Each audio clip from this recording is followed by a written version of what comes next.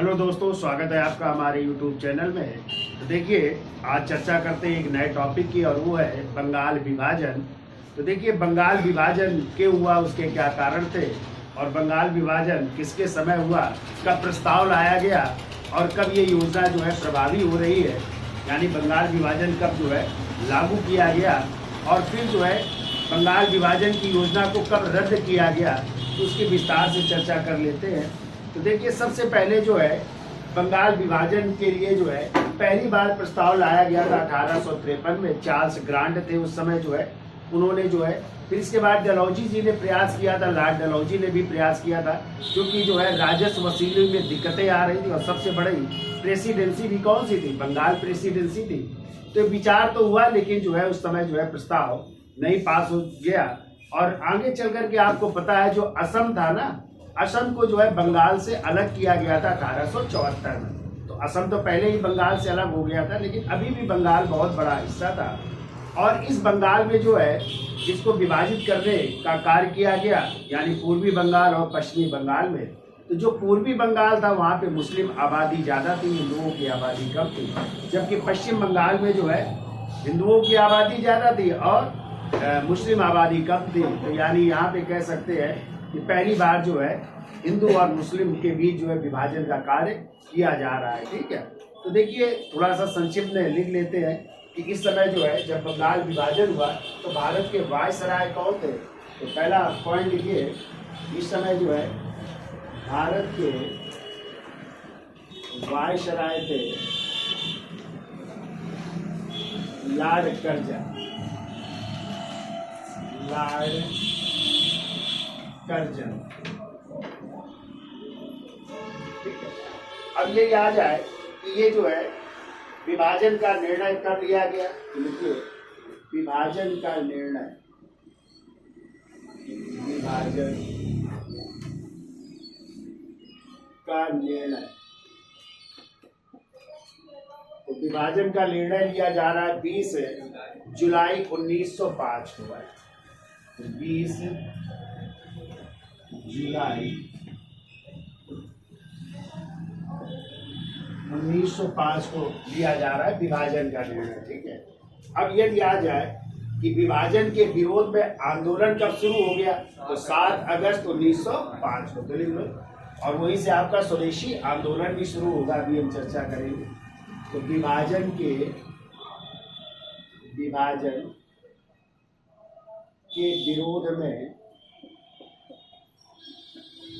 विरोध में आंदोलन, लिख लीजिए 7 अगस्त 1905 विरोध में आंदोलन शुरू हो गया। उसी को नाम दिया गया स्वदेशी आंदोलन है। स्वदेशी वस्तुएं अपनाइए और विदेशियों का बहिष्कार करिए। ठीक है, अब यदि आ जाए कि ये योजना कब प्रभावी हुई, तो विभाजन की योजना प्रभावी है, विभाजन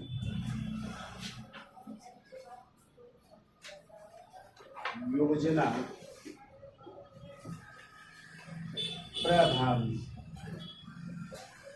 प्रभावी कब हो रही, तो 16 अक्टूबर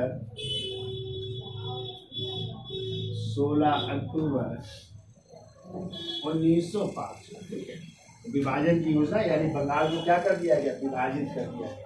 अब आ जाए विभाजन की योजना रद्द कब की गई। ठीक है, तो देखो, विभाजन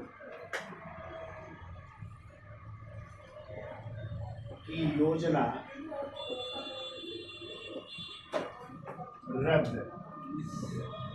रद्द की गई 1911। ठीक है, हम चर्चा करेंगे 1911 में कौन सा दिल्ली दरबार होगा ना, तीसरा दिल्ली दरबार, जिसमें ब्रिटेन के राजा आएंगे, कौन, जॉर्ज पंचम, और उनके साथ उनकी पत्नी आएंगी मैरी, और वहीं पर ये जो है दिल्ली दरबार में विभाजन की घोषणा करेंगे। और फिर जो है उस समय यदि आ जाए 11 में, भारत के वायसराय कौन थे, तो भारत के वायसराय थे इस समय, 11 की बात हो रही है, तो लॉर्ड हार्डिंग द्वितीय थे। ठीक है, लॉर्ड हार्डिंग द्वितीय। इतनी चीजें तो आपको याद रखनी है, ठीक है, तो याद हो जाएगा। यानी बंगाल विभाजन कब हुआ? 1905 में। कौन थे भारत के वायसराय? Lord Curzon. कब ये निर्णय लिया गया? तो 20 जुलाई 1905। पूछा जाता है कि विभाजन का निर्णय कब लिया गया? तो 20 जुलाई 1905।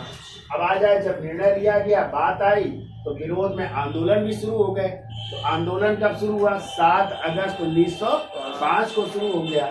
और ये विभाजन की योजना कब प्रभावी हुई? तो 16 अक्टूबर 1905 को प्रभावी हुई। और ये योजना रद्द कब होगी? 1911 में रद्द होने की घोषणा कौन करेंगे? ब्रिटेन के सम्राट जॉर्ज पंचम करेंगे, ठीक है। किस दिल्ली दरबार में? तीसरे दिल्ली दरबार, जो कहाँ पे होगा? दिल्ली में 1911 में, ठीक है। उस समय भारत के वायसराय कौन थे? लॉर्ड हार्डिंग, ठीक है। क्लियर हुआ? अब थोड़ा डिटेल में चर्चा कर लेते हैं। तो लिखिए, बोलते जाते, लिखो। सर्वप्रथम 1853 में चार्ल्स ग्रांट ने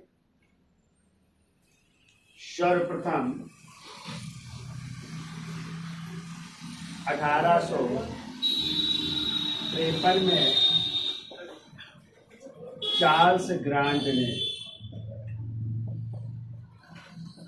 चार्ल्स ग्रांट ने बिल्कुल 1854 में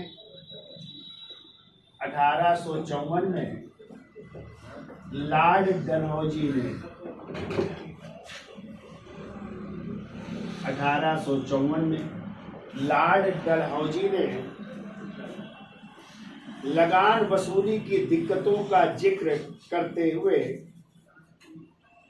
लगान वसूली का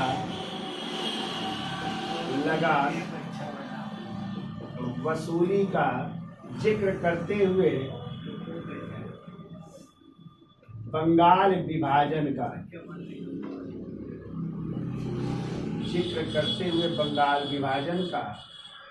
प्रस्ताव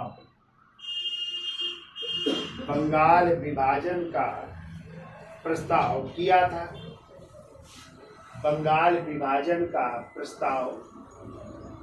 कि बंगाल को क्या किया जाए? विभाजित किया जाए, ठीक है।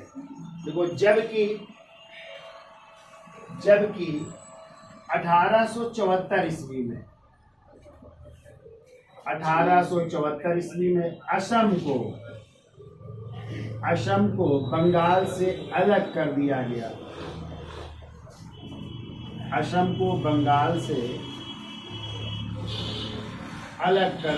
यानी असम कब बंगाल से अलग हो गया था? 1874 ईस्वी में, ठीक है। अलग कर दिया गया था असम को, ठीक है। अगला पॉइंट देखो, बंगाल प्रेसिडेंसी। सभी प्रेसिडेंसियों में बंगाल प्रेसिडेंसी सभी प्रेसिडेंसियों में सबसे बड़ी थी। सभी प्रेसिडेंसियों में सबसे बड़ी यही थी, सबसे बड़ी थी। देखो, बंगाल प्रेसिडेंसी सभी प्रेसिडेंसियों में सबसे बड़ी थी। इसमें पश्चिमी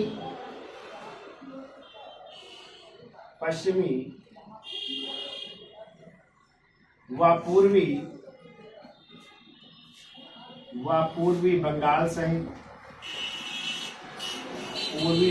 सहित बिहार और उड़ीसा भी शामिल थे। बिहार प्लस और कौन था? उड़ीसा भी था। बिहार और उड़ीसा भी शामिल थे। यानी पूर्वी बंगाल, पश्चिमी बंगाल, बिहार और उड़ीसा, ये जो है सब शामिल थे, ठीक है। अब देखो, विभाजन कैसे किया गया, क्या क्या आबादी थी, कहाँ पे कितनी थी, उसकी भी चर्चा कर लेते। तो यहाँ पे समझ में आ गया। तो भारत के वायसराय लॉर्ड कर्जन कब निर्णय लिया गया? 20 जुलाई 1905 को। विरोध में आंदोलन कब शुरू हुआ? 7 अगस्त 1905 को। विभाजन की योजना कब प्रभावी है? 16 अक्टूबर 1905 को। ये रद्द कब की गई? 1911 में। कहाँ पे? दिल्ली दरबार में। और उस समय भारत के वायसराय कौन थे? Lord Hardinge. तो सर्वप्रथम यदि आ जाए कि बंगाल विभाजन का प्रस्ताव कौन लाया था या किसने प्रयास किया था, तो 1853 में चार्ल्स ग्रांट ने और 1854 में लॉर्ड डलहौजी ने। किस लिए? तो लगान वसूली में दिक्कतें आ रही थी, ठीक है, बड़ा क्षेत्र था, इसलिए प्रस्ताव ये लाया गया था। फिर 1874 में जो है यदि आ जाए, बंगाल से किस प्रांत को अलग किया गया? असम को अलग कर दिया गया। बंगाल प्रेसिडेंसी सभी प्रेसिडेंसियों में क्या थी? सबसे बड़ी थी, जिसमें क्या क्या आता था? पश्चिमी बंगाल, पूर्वी बंगाल, बिहार और उड़ीसा। ठीक है, इसका स्क्रीनशॉट ले लो, फिर आगे चलते। तो देखिए, अब ये बंगाल विभाजन कैसे हुआ था, इसका प्रस्ताव कब लाया गया था, तो थोड़ा सा जान लीजिए। तो देखिए, दिसंबर 1903 में जो है, पहले पूरे बंगाल के जो है, तो बंगाल के जो है गवर्नर हुआ करते थे। तो बंगाल के गवर्नर थे जिनका नाम था एंड्रू फेजर। क्या नाम था? Andrew phasor. और इन्हीं एंड्रू फेजर ने जो है बंगाल विभाजन की एक योजना जो है, या बंगाल विभाजन का एक प्रस्ताव लाए थे। ठीक है, बंगाल विभाजन का प्रस्ताव लाया गया। ये प्रस्ताव लाया और इस प्रस्ताव का जो है समर्थन कर दिया उस समय जो भारत के वायसराय थे। और भारत के वायसराय कौन थे? Lord Curzon. तो लॉर्ड कर्जन ने जो है इस प्रस्ताव का क्या कर दिया? समर्थन कर दिया। ठीक है, लेकिन जैसे ही ये आम जनता को पता चला कि विभाजन का प्रस्ताव लाया गया है, कर्जन भी चाहते हैं कि विभाजन हो जाए, तो बड़ा व्यापक विरोध हुआ। ठीक है, तो जब विरोध हुआ तो इस कारण जो है ये प्रस्ताव जो है क्या कर लिया गया? वापस ले लिया गया। ये प्रस्ताव क्या किया गया? वापस ले लिया गया। ठीक है, अब देखो, इस बंगाल विभाजन का जो है ये प्रस्ताव तो वापस ले लिया गया, लेकिन आगे चल करके थोड़ा सा जान लीजिए। 19 जुलाई 1905 को जो है, चूंकि लॉर्ड कर्जन जो है उस समय शिमला में है। कहाँ पे है? लॉर्ड कर्जन ने जो है शिमला में, यानी उस समय कहाँ पे थे ये? शिमला में जो है विभाजन का क्या किया गया? प्रस्ताव लाया जा रहा है। ठीक है, तो विभाजन की रूपरेखा आम जनता के सामने रखी जा रही है। ठीक है, शिमला में विभाजन की रूपरेखा आम जनता के सामने रखी गई। आम जनता के सामने रखी गई। और फिर 20 जुलाई को, जो भी हम डेट ऊपर लिखे थे, 20 जुलाई 1905 को ये रूपरेखा जो है उस समय किसमें प्रकाशित की गई? समाचार पत्रों में प्रकाशित की गई। ठीक है, तभी लोगों को पता चला कि जो है विभाजन की निर्णय ले लिया गया है। कब? 20 जुलाई 1905 को। ठीक है, तो विभाजन की कह सकते हैं समाचार पत्रों में विभाजन की घोषणा प्रकाशित हुई है, कह सकते हो। विभाजन की घोषणा प्रकाशित हुई, इसीलिए 20 जुलाई मिलता है। घोषणा प्रकाशित हुई, विभाजन की घोषणा प्रकाशित हो रही कब? 20 जुलाई 1905 को। किसमें? समाचार पत्रों में। ठीक है, फिर जो है 1 सितंबर 1905 को, 1 सितंबर 1905 को विभाजन की तारीख तय हुई। 1 सितंबर 1905 को विभाजन की तारीख तय हो रही है। तारीख तय हुई और तब प्रभावी कर दी गई। तो 16 अक्टूबर 1905 को बंगाल विभाजन को क्या कर दिया गया? प्रभावी कर दिया गया। यानी इस दिन जो है बंगाल को विभाजित कर दिया गया। कब? 16 अक्टूबर 1905। तो ये डेट याद रखिएगा। तो सर्वप्रथम किसने प्रयास किया था? दिसंबर 1903 में। जो बंगाल के गवर्नर कौन थे? Andrew phasor. ठीक है, उन्होंने प्रस्ताव रखा जिसका समर्थन किया लॉर्ड कर्जन ने, चूंकि वायसराय थे।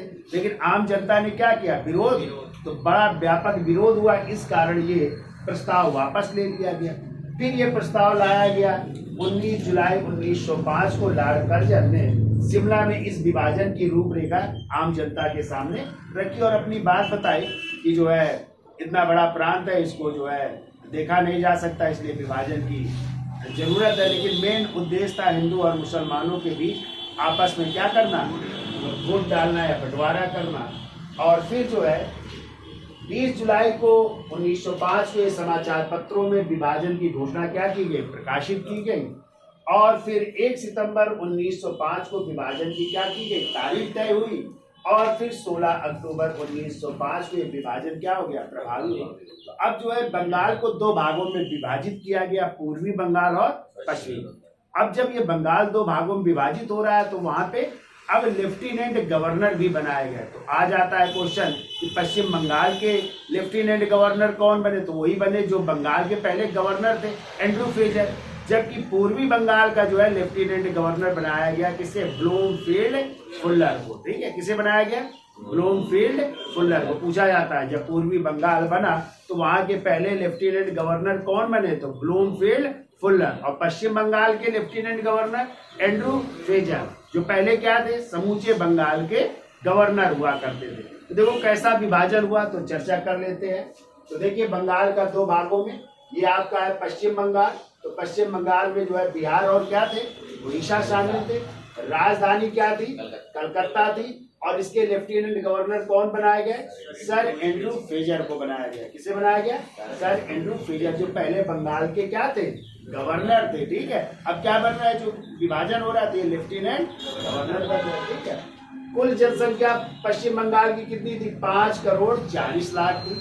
जिसमें यदि आ जाए हिंदू आबादी कितनी थी, तो हिंदुओं की आबादी थी 4 करोड़ 40 लाख, यानी पश्चिम बंगाल में हिंदुओं की आबादी ज्यादा थी। ठीक है, जबकि मुस्लिम जनसंख्या कितनी थी, 90 लाख थी। कितनी थी, यानी मुस्लिम आबादी कम थी। ठीक है, और इधर पूर्वी बंगाल की चर्चा की जाए तो पूर्वी बंगाल में क्या क्या आ जाते थे, ढाका, चटगांव, राजशाही।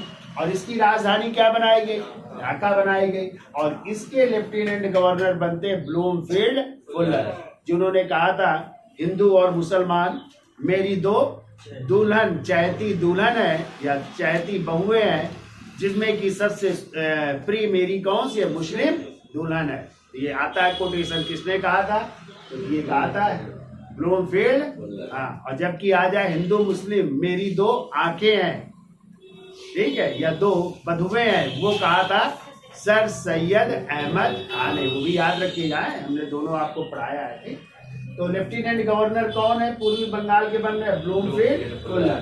कुल जनसंख्या कितनी वहाँ की, 3 करोड़ 10 लाख। हिंदू आबादी कितनी है, 1 करोड़ 30 लाख। मुस्लिम आबादी है 1 करोड़, यानी मुस्लिम आबादी यहाँ पे ज्यादा है। ठीक है, ज्यादा है। ठीक है, हिंदू कम है। तो इस तरह दो भागों में विभाजित कर दिया गया बंगाल को, पूर्वी और पश्चिम बंगाल। ठीक है, तो इसका स्क्रीनशॉट ले लो, फिर आगे चलते हैं। तो देखिए, तो विभाजन की योजना कब प्रभावी हो रही है, 16 अक्टूबर 1905 को। ठीक है, तो कहते हैं जिस दिन विभाजन की योजना प्रभावी हुई, समूचे बंगाल में इसे किस दिवस के रूप में मनाया गया, शोक दिवस के रूप में मनाया गया। ठीक है, शोक दिवस के रूप में मनाया गया। कहते हैं लोगों ने जो है उपवास रखा, क्या लिखा, लोगों ने व्रत रखा, उपवास रखा, और जो है कौन से गीत गाए, वंदे मातरम के गीत गाए, वंदे मातरम के गीत गाए। जबकि इसी दिन को रविंद्रनाथ टैगोर ने, ठीक है, देखो इसलिए पूछा गया कई बार, रविंद्रनाथ टैगोर जी ने इस दिवस को किस रूप में मनाने का आह्वान किया, तो रविंद्रनाथ टैगोर ने इसको राखी दिवस, कौन सा दिवस, राखी दिवस, या कहीं कहीं मिलेगा मैत्री दिवस है, राखी दिवस या मैत्री दिवस के रूप में मनाने का आह्वान किया। और लोगों ने एक दूसरे के हाथों में, चांदी हिंदू और मुसलमानों ने एक दूसरे के हाथों में क्या बांधी, राखी बांधी। ठीक है, राखी बांधी। तो लिख लोगे। तो लिखो, रविन्द्रनाथ टैगोर ने इस दिवस को राखी दिवस या एकता दिवस या मैत्री दिवस, कुछ भी लिख लो, तीनों लिख लो, एकता दिवस व मैत्री दिवस के रूप में मनाने का आह्वान किया।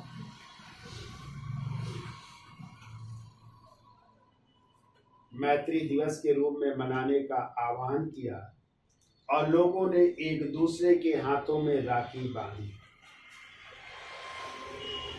अब देखो, इसी दिन देखो अगला पॉइंट, आनंद मोहन बोस ने,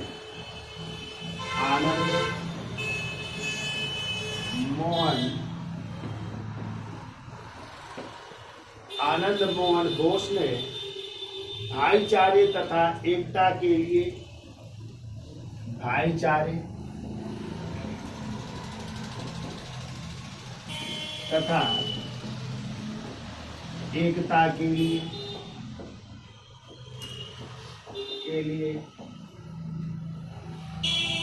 कलकत्ता में इसी दिन एक हॉल स्थापित कर रहे हैं, फेडरेशन हॉल की स्थापना की। आनंद मोहन बोस ने भाईचारे तथा एकता के लिए इसी दिन फेडरेशन हॉल की स्थापना, इसी दिन फेडरेशन हॉल की स्थापना, ठीक है। तो ये तो था आपका बंगाल विभाजन, याद हो जाएगा। अब इसी समय हमने बताया था 7 अगस्त 1905 को इसके विरोध में कौन सा आंदोलन शुरू हुआ था, और वही आंदोलन था कौन सा, स्वदेशी आंदोलन। कहाँ से शुरू हुआ था, तो कलकत्ता के एक हॉल है, टाउन हॉल से, ठीक है। तो स्वदेशी आंदोलन में क्या था, स्वदेशी वस्तुओं को अपनाओ और विदेशी वस्तुओं का क्या करिए, बहिष्कार किए, ठीक है। हाँ, तो विदेशी वस्तुओं का जो है बहिष्कार किया गया। तो वो आंदोलन किससे था, स्वदेशी आंदोलन। वंदे मातरम के क्या गीत गाया, तो इसी समय वंदे मातरम भी क्या हो गया था, लोकप्रिय हुआ। तो आ जाता है क्वेश्चन कि किस आंदोलन के दौरान वंदे मातरम सर्वाधिक लोकप्रिय हुआ, तो वो था स्वदेशी आंदोलन के कारण, ठीक है। तो हेडिंग डाल लीजिए, स्वदेशी आंदोलन, ठीक है। तो इसका स्क्रीनशॉट ले लो, फिर आगे चलते हैं। तो देखिए, बंगाल विभाजन की जब जो है घोषणा की जा रही है, और जब 20 जुलाई 1905 को समाचार पत्रों में प्रकाशित हुआ, तभी जो है आम जनता के लोगों को पता चला कि विभाजन जो है बंगाल का किया जाएगा। तो उसी के विरोध में जो है एक आंदोलन शुरू हो रहा है, और उसी को नाम दिया गया स्वदेशी आंदोलन, ठीक है। यदि आ जाए स्वदेशी आंदोलन की शुरुआत कहाँ पे हुई, तो देखिए शुरुआत देखो कब हो रही है, तो स्वदेशी आंदोलन की शुरुआत हो रही है 7 अगस्त 1905 को। स्थान आ जाए कहाँ से शुरुआत हो रही है, तो स्थान लिखिएगा टाउन हॉल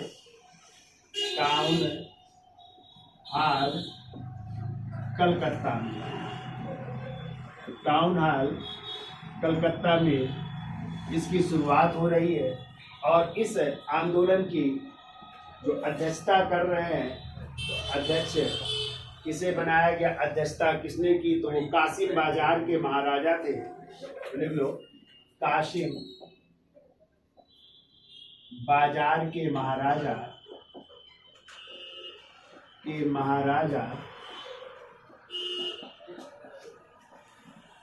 मणिन्द्र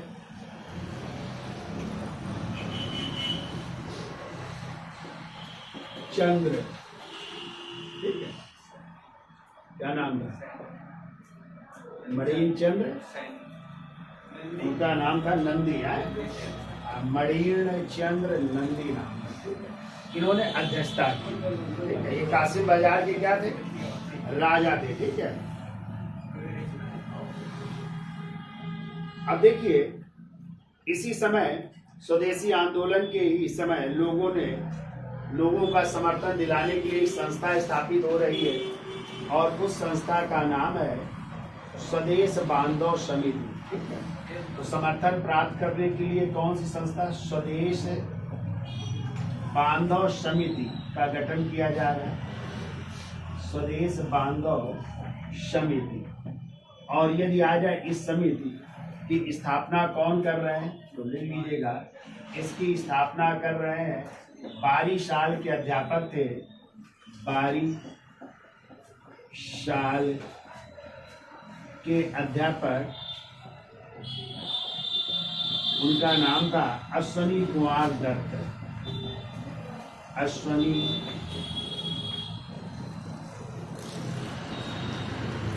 कुमार दत्त कहते हैं इस संस्था का बहुत बड़ा योगदान था इस स्वदेशी आंदोलन को आगे बढ़ाने में। ठीक है, तो लोग इससे जुड़े और इसमें बड़ा योगदान था 22 साल के अध्यापक अश्वनी कुमार दत्त का। ठीक है, तो बहुत बड़ा योगदान था इनका।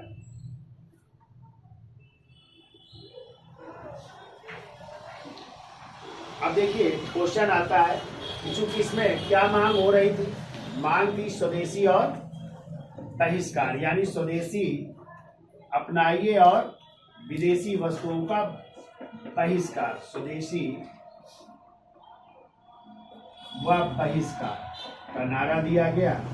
तो क्वेश्चन आता है, ये स्वदेशी और बहिष्कार के प्रस्ताव को कांग्रेस के किस अधिवेशन में जो है स्वीकार किया गया। तो आपको पता है कि 1905 में ही कांग्रेस का अधिवेशन हो रहा है बनारस में। कहाँ पे? कांग्रेस का अधिवेशन हो रहा है बनारस में। ठीक है, और इसी बनारस अधिवेशन की अध्यक्षता कर रहे हैं गोपाल कृष्ण गोखले। नाम सुना है? क्यों भाई? किसके राजनीतिक गुरु थे? तो महात्मा गांधी जी के ये राजनीतिक गुरु थे। और इनके गुरु कौन थे? इनके गुरु थे महादेव गोविंद रानाडे थे ना, एमजी रानाडे थे। तो 1905 में कांग्रेस का अधिवेशन कहाँ पे हो रहा है? बनारस में, जिसकी अध्यक्षता कौन कर रहे हैं? गोपाल कृष्ण गोखले। और इसी बनारस अधिवेशन में जो है स्वदेशी व बहिष्कार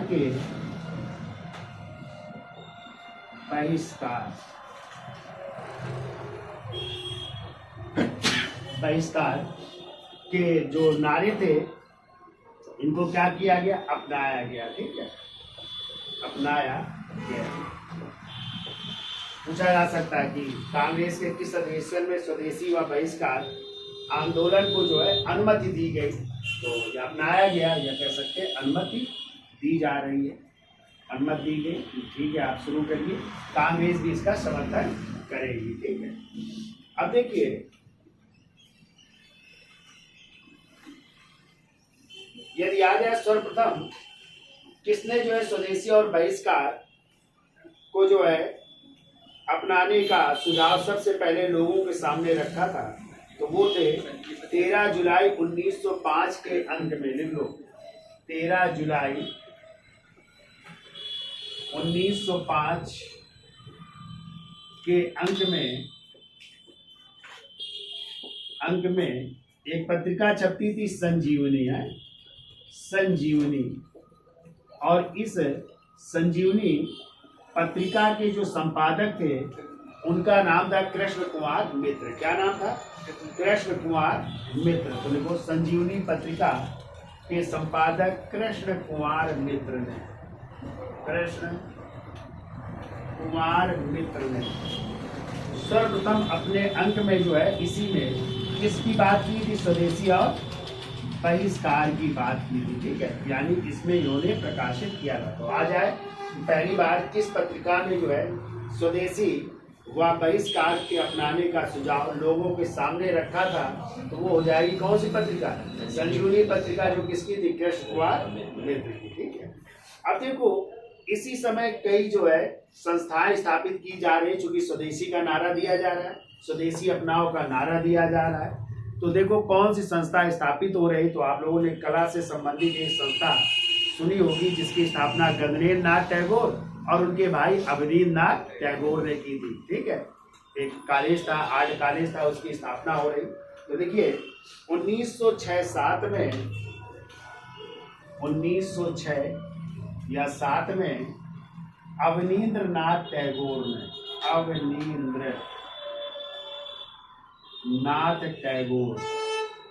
तो ये दो भाई थे, अवनींद्रनाथ टैगोर और गगनेन्द्रनाथ टैगोर।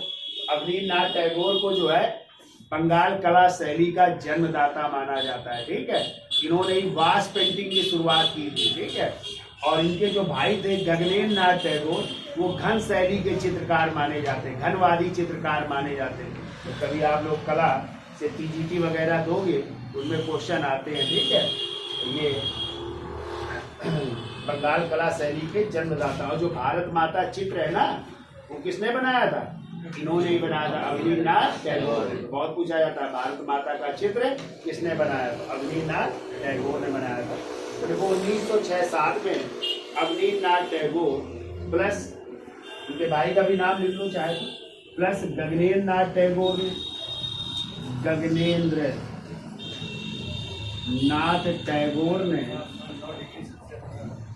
गगनेन्द्रनाथ टैगोर ने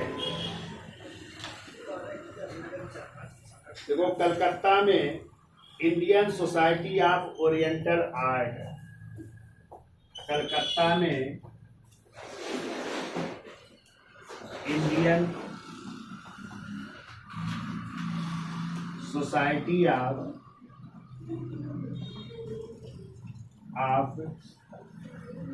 ओरिएंटल आर्ट कॉलेज की स्थापना,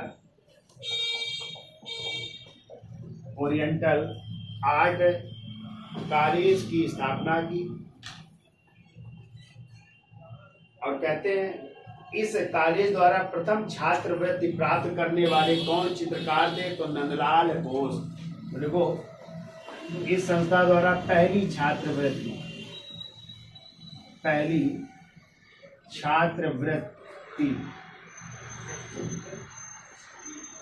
प्राप्त करने वाले व्यक्ति कौन है? नंदलाल बोस है, ठीक है।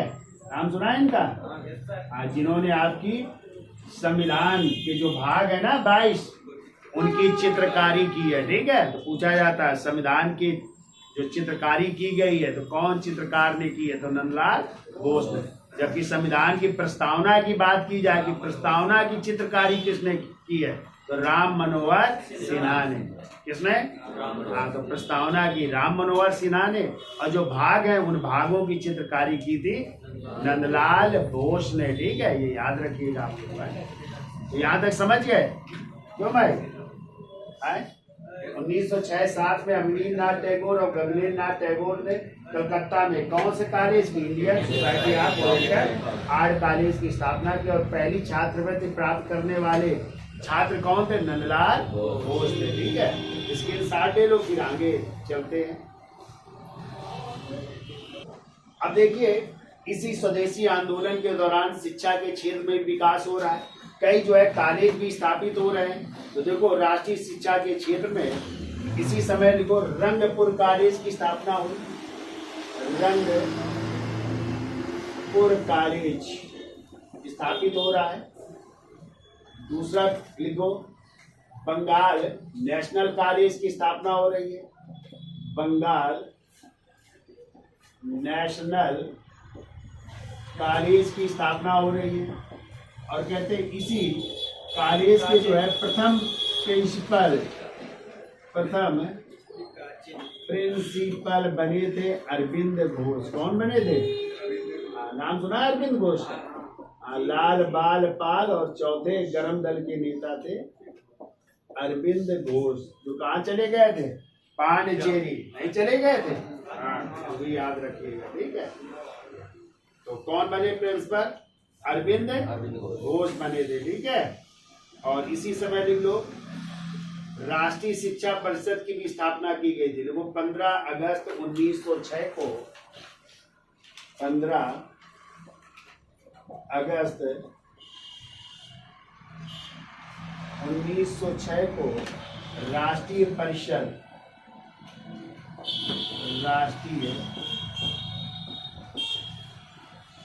की स्थापना की जा रही है। और इसकी स्थापना कर रहे हैं सर गुरुदत्त बनर्जी कर रहे हैं। सर गुरुदत्त बनर्जी। तो कई संस्थाएं भी स्थापित हो रही हैं, ये सब संस्थाएं जो स्थापित की जा रही हैं। अब देखो क्वेश्चन आता है कि किस आंदोलन के समय रवींद्रनाथ टैगोर ने एक गीत लिखा था आमार सोनार बांग्ला, जो आगे चल करके 1971 में बांग्लादेश का क्या बना, राष्ट्रगान बना। ठीक है, तो दो देशों के राष्ट्रगान के रचयिता कौन है, रवींद्रनाथ टैगोर। एक भारत के भी राष्ट्रगान किसने लिखा, रवींद्रनाथ टैगोर, जनगण मन। ठीक है, और दूसरा जो है कहाँ का, बांग्लादेश का जो राष्ट्रगान है आमार सोनार बांग्ला, उस राष्ट्रगान के भी रचयिता कौन है, रवींद्रनाथ टैगोर। तो लिखिए अगला पॉइंट, देखो स्वदेशी आंदोलन के समय ही रवींद्रनाथ टैगोर ने, स्वदेशी आंदोलन के समय ही, स्वदेशी आंदोलन के समय ही रवींद्रनाथ टैगोर ने, रवींद्रनाथ टैगोर ने क्या लिखा, आमार सोनार बांग्ला, आमार सोनार बांग्ला, यानी हमारा सुंदर बांग्ला लिखा, गीत लिखा, जो 1971 में बांग्लादेश का राष्ट्रगान बना। बांग्लादेश का राष्ट्रगान बना, जो 1971 में बांग्लादेश का क्या बना, राष्ट्रगान बना। ठीक है, कहते हैं इसी स्वदेशी आंदोलन के दौरान महिलाओं ने जो है इसमें भाग लिया पहली बार, और जो विदेशी चूड़ियां थी पहनती थी जो महिलाएं, उनका क्या किया, बहिष्कार किया, यानी विदेशी चूड़ियों का भी बहिष्कार किया। जो धोबी थे उन्होंने जो है विदेशी वस्त्रों को धोने से मना कर दिया कि अब हम जो है अंग्रेजों के कपड़े नहीं धोएंगे, यानी तो विदेशी वस्त्रों को धोने से भी मना कर दिया। तो ये सब घटनाएं किस समय हो रही, स्वदेशी आंदोलन। कभी आज महिलाओं ने पहली बार किस आंदोलन में भाग लिया, स्वदेशी आंदोलन के दौरान भाग लिया था। याद रखोगे कि लिखाएं, याद रखिएगा। चलिए और क्या घटनाएं हो रही है, तो देखो स्वदेशी आंदोलन के दौरान ही, स्वदेशी आंदोलन के दौरान ही बंबई व पूना में नेतृत्व, बंबई व पूना में नेतृत्व कर रहे हैं। पूछा जाता है किसने नेतृत्व किया, तो किसने किया था, बाल गंगाधर तिलक ने, बाल गंगाधर तिलक, और उनकी पुत्री भी थी जिनका नाम था, क्या नाम था, केतकर भी थी। ठीक है, लिख लो, बाल गंगाधर तिलक व इनकी पुत्री का नाम था केतकर, नाम था। ठीक है, केतकर, इन्होंने नेतृत्व किया था। अब आ जाए पंजाब में किसने किया, तो लिखते चलो आप। पंजाब में किया था अजीत सिंह, का नाम सुना है, जो आगे चल करके एक संस्था स्थापित की थी, मोहिब्बियाने अंजुमाने मोहिब्बियाने वतन, ना, वही थे अजीत सिंह। अजीत सिंह जो गदर पार्टी से भी जुड़े थे, इन्होंने पंजाब में नेतृत्व किया। और फिर आ जाए उत्तर प्रदेश में, लिख लो,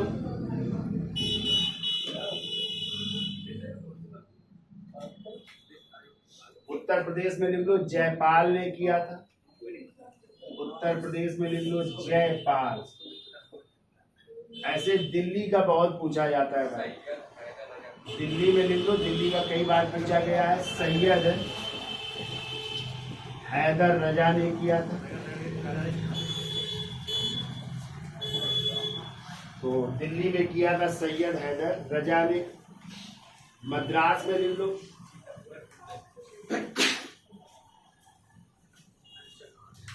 मद्रास में लिखिए चिदम्बरम पिल्लई थे, पिल्लई। और भी कई लोग थे, लेकिन ये नाम लिख लो, चिदम्बरम पिल्लैया, पी आनंद चार्लू भी लिख लो, पी आनंद चार्लू,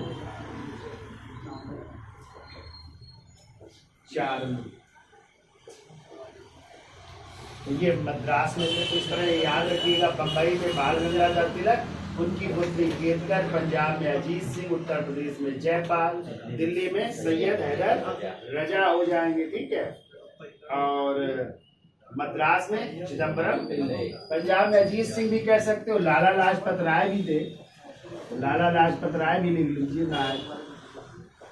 लाला लाजपत राय ये भी थे पंजाब में, इन्होंने जो है नेतृत्व किया था, ठीक है।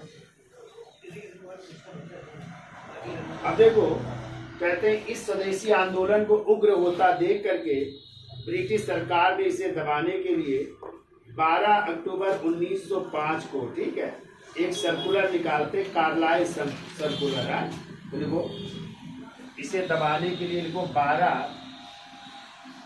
अक्टूबर 1905 को कार्लाइल सर्कुलर निकाला जाता है, कार्लाइल सर्कुलर।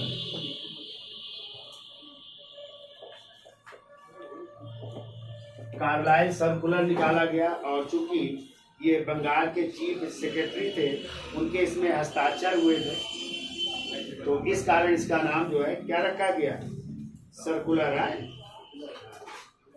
RW कार्लाइल थे, ठीक है, चीफ सेक्रेटरी थे, चीफ सेक्रेटरी, पूरा नाम था RW कार्लाइल, और इनके हस्ताक्षर थे, इसलिए ये कहलाता है कार्लाइल सर्कुलर, ठीक है, कार्लाइल सर्कुलर कहलाता है। इसमें क्या था, थोड़ा सा जान लो। इसमें यह था कि यदि किसी कॉलेज के छात्र इस आंदोलन में भाग लेते हैं तो उस कॉलेज की जो है सदस्यता क्या कर दी जाएगी, उसकी जो है जो मान्यता है, सदस्यता नहीं, जो उसकी मान्यता है वो क्या कर दी जाएगी, रद्द कर दी जाएगी, ठीक है। यानी आपके कॉलेज से एक भी छात्र जो है भाग नहीं लेना चाहिए, ठीक है।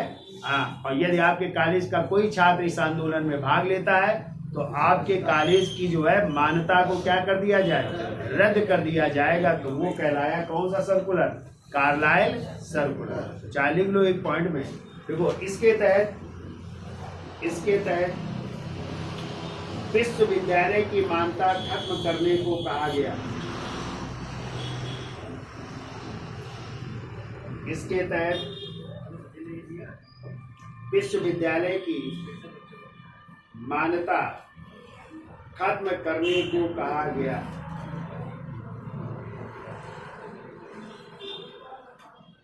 ठीक है, अगला पॉइंट को पूछा जाता है कौन एक ब्रिटिश पत्रकार थे जो इस आंदोलन से जुड़े थे।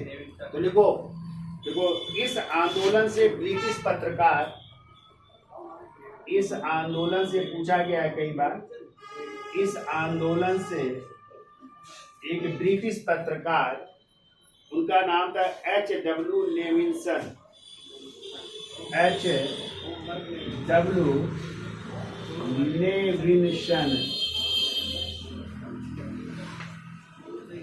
नेविंसन भी जुड़े थे।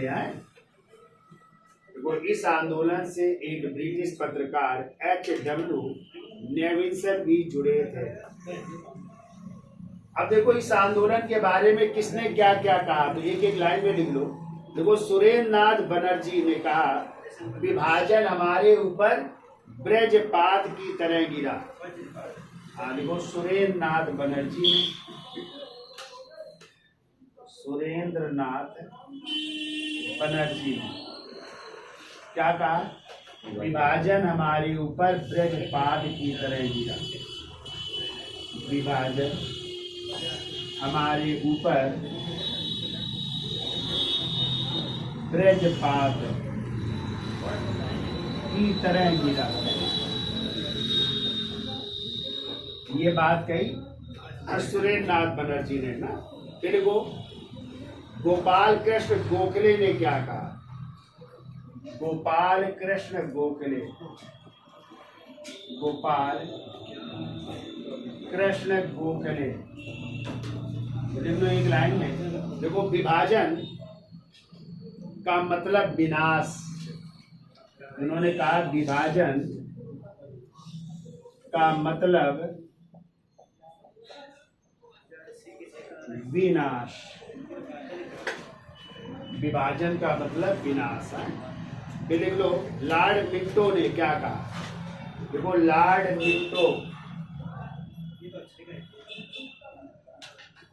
मिंटो आगे वायसराय बन करके आएंगे।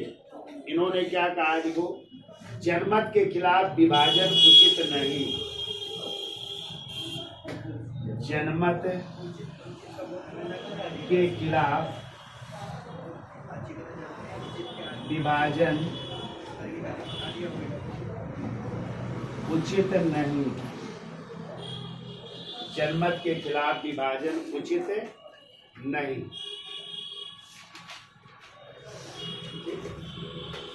फिर लिख लो ब्लूमफील्ड फुल्लर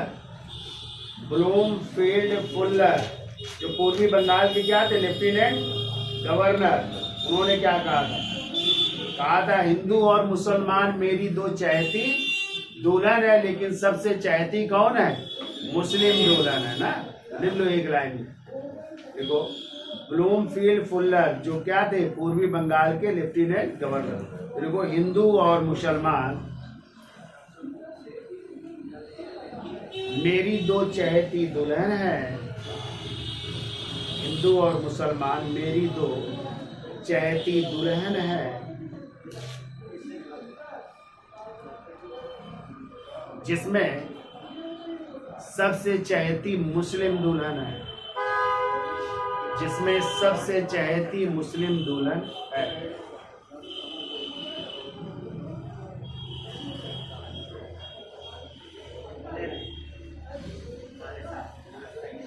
फिर देखो एक पॉइंट और, देखो रवीन्द्रनाथ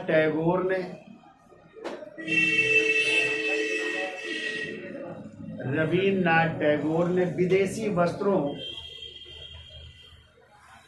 विदेशी वस्त्रों को जलाने को निष्ठुर बर्बादी कहा है। यानी विदेशी वस्त्रों का जलाया जाना एक निष्ठुर बर्बादी है, ये कहा, एक निष्ठुर बर्बादी है। जबकि आगे गांधी जी कहेंगे ये सही है, ठीक है, सर्वोत्तम है। ये भी याद है क्या कहा कि विदेशी वस्त्रों का जलाया जाना एक निष्ठुर बर्बादी है, ठीक है। ये बात कही थी किसने, रवीन्द्रनाथ टैगोर, ठीक है।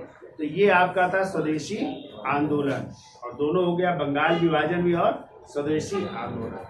अब हम चर्चा करेंगे किसकी, तो वो हो जाएगा आपका 1906 का कांग्रेस का कलकत्ता अधिवेशन, जिसके अध्यक्ष कौन बनेंगे, दादा भाई नौरोजी, जिसमें पहली बार मांग की जाएगी किसकी, स्वराज की है। तो आज के लिए इतना रखते हैं, चलिए धन्यवाद है।